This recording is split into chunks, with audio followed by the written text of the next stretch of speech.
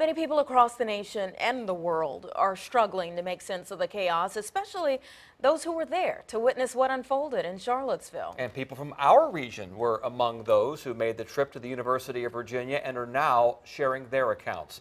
10 on your side's Liz Kilmer spoke with a woman this afternoon, and Liz, she describes the series of events as surreal.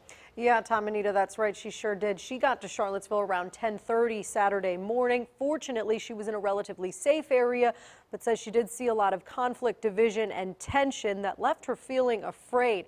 Afterwards, like many others this weekend, she attended a gathering here locally to spread a message of peace and unity.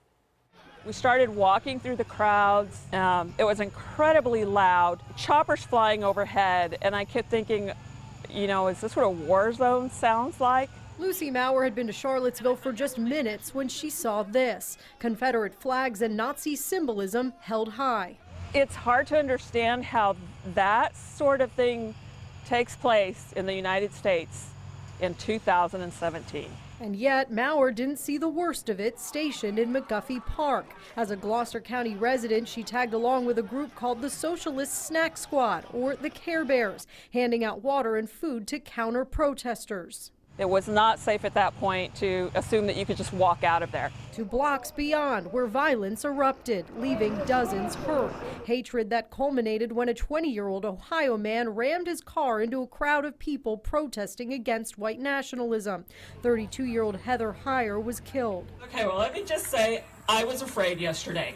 On Sunday, Maurer shared her account back in Gloucester before 100 people at the Middle Peninsula Against Hate rally. We have to be the ones to stand in front of, stand beside, and stand behind our African American neighbors, and we have to be willing to take the heat. A call for unity that doesn't stop here for Maurer. Leaving Charlottesville, she saw this rainbow. It left her feeling hopeful that positive change is possible as long as people remain determined. We no longer have the option to just sit back and say that this is somebody else's problem. It's not somebody else's problem. It's all of our problem. We're all in this together, and we've got to stick together. And Tom, Anita, Maurer left around 5 Saturday night. She wasn't hurt, but officials tell us that day more than 30 people were. Yes, Liz, and the Charlottesville police, state police, federal investigators, they are looking into countless reports of violence tonight. Police even established a hotline for witnesses and victims to report any crimes that have not yet been reported. Police Chief Al Thomas Jr. says on Saturday alone, police received at least 250 calls for service. We understand it was a traumatic weekend for everyone.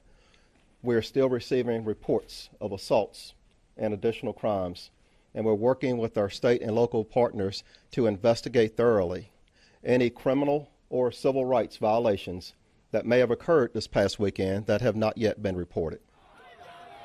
And we are still waiting to find out more about the helicopter crash that killed 2 state troopers responding to the unrest in Charlottesville.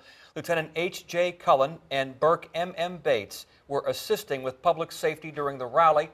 Today, Governor McAuliffe spoke about the pair, saying they were close friends of his, who he worked side by side with for the past 3.5 years.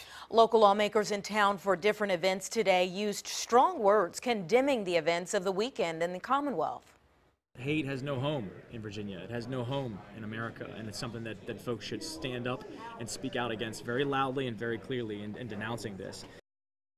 Just making these statements, nice statements, appropriate statements, are how bad the neo-Nazis, alt-right, racists are. We need to take actions that can actually make progress on civil rights. Congressman Bobby Scott held a town hall meeting tonight in Norfolk. 10 on your side's Joe Fisher spoke to him about Charlottesville and where Congress stands on health care. Hear more from him coming up in just a few minutes. And we have more on this weekend's events, plus the latest on protests going on right now across the country on wavy.com.